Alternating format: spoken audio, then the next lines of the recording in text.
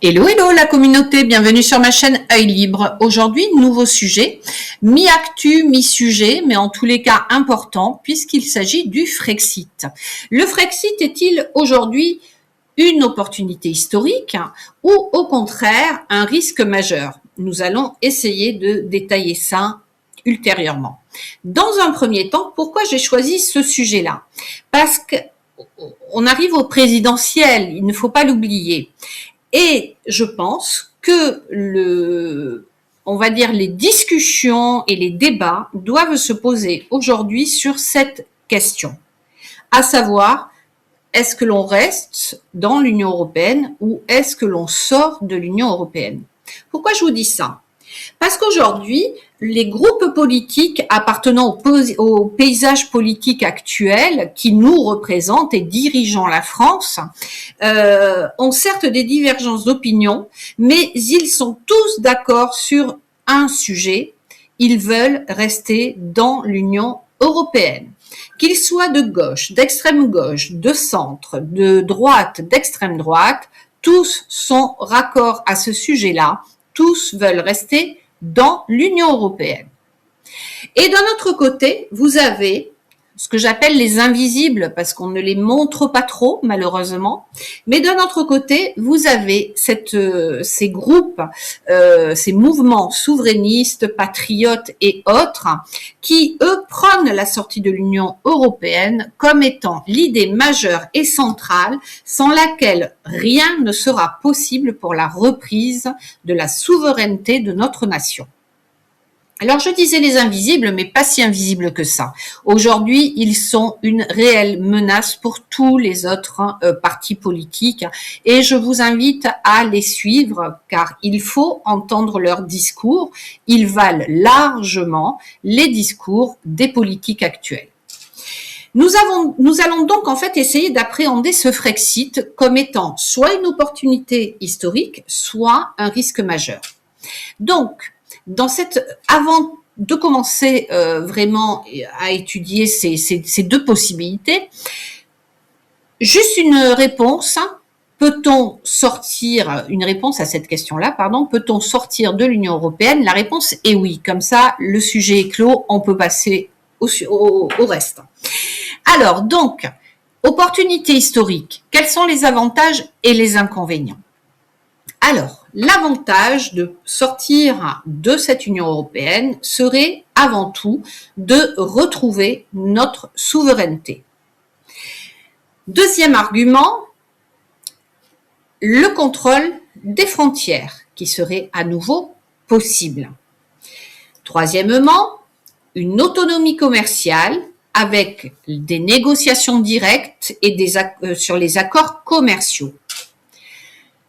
Ensuite, nous aurions plus ou moins, voire plus du tout, de contributions européennes à payer. On aurait également plus de liberté réglementaire. Maintenant, quels seraient les inconvénients de cette opportunité historique?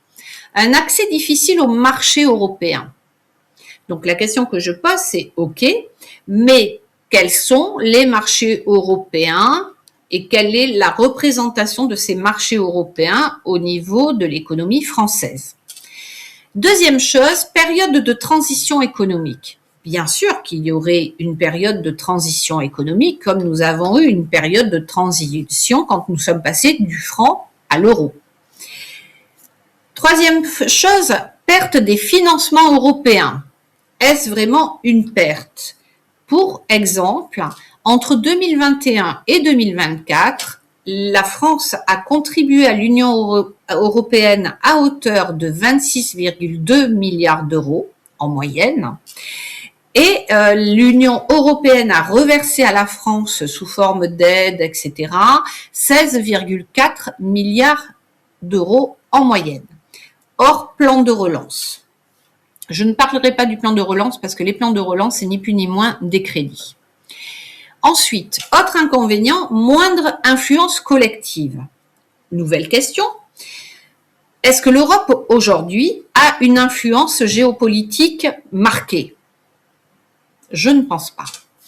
Nécessité de négocier des accords. Bien sûr, nous aurions à négocier de nouveaux accords avec les différents pays dans le monde. Donc, le Frexit comme opportunité historique serait quoi?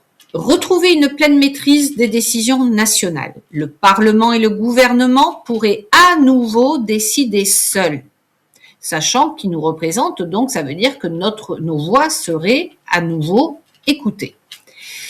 Également, repenser le modèle économique, c'est-à-dire le repenser en protégeant davantage certains secteurs stratégiques, je pense en particulier à l'agriculture, en favorisant les entreprises nationales dans les marchés publics, en adaptant les normes et les aides publiques, en contrôlant davantage les frontières et l'immigration, sujet très important aujourd'hui et non négligeable, en reprenant la maîtrise de certaines politiques comme la Banque centrale nationale, en réorientant la politique industrielle, en renforçant le débat démocratique national, ce qui est quand même notre droit, que ce soit par le biais du référendum ou ne serait-ce que par le biais de nos voix telles que je vous parle. Voilà. Donc, en plus d'un changement institutionnel, la sortie de l'Union européenne serait aussi un moment de refondation du rôle de l'État, des priorités économiques, des relations internationales et de la place de la démocratie nationale. Maintenant, si on regarde le Frexit sous l'image d'un risque majeur, quels seraient les avantages à rester en fait, quels seraient les avantages à rester au sein de l'Union européenne? Nous avons un accès au marché unique, donc pas de droits de douane entre pays membres. Deuxièmement, une libre circulation. On peut voyager, faire ses études ou travailler plus facilement dans les pays européens. Le point international, pouvoir de négociation plus fort. Oui, j'aimais quand même des petits, des petites interrogations par rapport à ce sujet-là. On n'a qu'à voir le Mercosur, ce que ça a donné. Ensuite, nous parlons de financement européen. Je vous ai démontré tout à l'heure que les contributions en France de la France en tous les cas, sont plus importantes que la rétribution que fait l'Union européenne à la France. Et également les coopérations. La coopération est quelque chose, c'est un avantage, mais c'est un avantage que l'on peut retrouver même avec les pays européens sans forcément être membre de l'Union européenne. Maintenant, quels seraient les inconvénients de rester dans l'Union européenne? Quels seraient les inconvénients, de rester dans l'Union européenne? Partage de la souveraineté, c'est-à-dire que nous sommes limités dans les libertés nationales, et ce, de plus en plus. Également, la primauté du circuit européen sur le droit national. Ensuite, la contribution au budget européen. La France, donc, est deuxième contributeur européen, et c'est un contributeur net. Également, les normes et les réglementations qui sont nombreuses et contraignantes, et elles se démultiplient à l'infini de plus en plus. Ça devient tout et n'importe quoi. Et pour finir, la politique commerciale. C'est-à-dire que la France ne peut pas conclure des accords de libre-échange. Elle doit obligatoirement passer par les accords européens. Ce risque majeur résiderait dans quoi? Il résiderait dans une période d'incertitude économique et financière. On est déjà là-dedans. Des négociations qui seraient longues et complexes avec l'Union européenne. Avons-nous vraiment besoin de l'Union européenne? Des perturbations pour les entreprises exportatrices ou bénéficiantes de l'Union européenne. Oui, bien sûr, de toute façon, comme tout changement, certains vont être lésés plus que d'autres, mais il faut voir à long terme quels sont les avantages qu'il y aurait à en sortir. Ensuite, une diminution de l'influence de la France au sein de l'Europe, c'est-à-dire la France aurait peut-être moins d'influence. En a-t-elle réellement besoin? Aujourd'hui, on peut quand même remarquer que c'est surtout Madame van der Leyen qui prend les décisions et elle n'a pas forcément besoin du conseil de Monsieur Macron. Maintenant, autre contre-exemple, si on prend la Grande-Bretagne et donc le Brexit, je suis désolée, mais la Grande-Bretagne a encore une influence alors qu'elle est sortie de l'Union européenne. Donc, à réfléchir.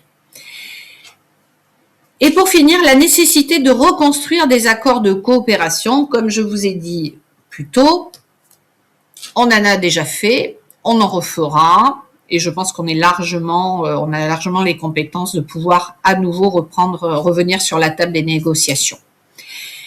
Donc, la question de rester ou sortir de l'Union européenne reste une question ouverte, mais qui pour moi est réellement primordiale, parce qu'elle va vous permettre, dans un premier temps, de vous orienter soit sur ceux qu'on a toujours connus et qui nous a mis dans l'état dans lequel est notre pays, qui est le fautif de cette décadence dans tous les domaines et à tous les niveaux, ou seriez-vous prêt à faire confiance aux politiques et en tous les cas aux Frexiteurs qui pourraient nous permettre de revenir, en fait, de retrouver la grandeur de notre nation avec les valeurs liberté, égalité et fraternité. Avant même de s'intéresser à un nom, il est important de s'intéresser à cette question. Est-ce que vous êtes prêts? Est-ce que vous êtes assez courageux pour faire confiance et aider les Frexiteurs de manière à ce qu'on sorte au plus vite de l'Union européenne. Pour ma part, je n'ai pas l'habitude de trop donner mon avis, mais aujourd'hui je vais le faire. Je suis pour la sortie de l'Union européenne. J'ai voté contre, avant le traité de Lisbonne, j'ai voté contre, comme la majorité des Français. Et aujourd'hui, je persiste et je signe. Je ne veux pas rester dans cette lessiveuse. Je veux sortir et retrouver vraiment la souveraineté de notre nation. Ainsi, je pourrai récupérer ma souveraineté. Donc, première question, que souhaitez-vous? Et deuxième chose, est-ce que vous souhaitez donc retrouver cette grandeur ou est-ce que vous préférez devenir une région dans un État fédéral européen? Puisque de toute façon, plus ça va, plus on est orienté vers cette possibilité-là et je pense que c'est en tous les cas l'objectif de l'Union européenne de devenir un État fédéral comme les États-Unis. Moi, je veux rester française dans un pays qui s'appelle la France, avec nos valeurs, notre culture, avec nos lois, nos réglementations, nos normes, et en laissant vraiment notre commerce, notre économie, notre énergie reprendre ses droits. Et vous savez qu'on a toujours eu une influence très importante on va dire sur le monde, en géopolitique. Il n'y a pas de raison qu'on ne recouvre pas tout cela. Je vous laisse réfléchir à cette question. Nous reviendrons bien sûr sur le sujet et je commencerai bientôt donc les émissions spécifiques au présidentiel 2027. Je vous souhaite à tous une très bonne journée. N'hésitez pas à liker. Je vous invite à le faire pour que mes vidéos soient le plus vues et soient mieux référencées. Vous savez comment fonctionne YouTube. Donc, likez. Partagez, mettez un commentaire même si c'est juste bonjour et surtout parlez-en autour de vous. Je vous souhaite à tous et à toutes et à toutes et à tous une excellente journée. Prenez soin de vous. À très vite. Ciao, ciao la communauté.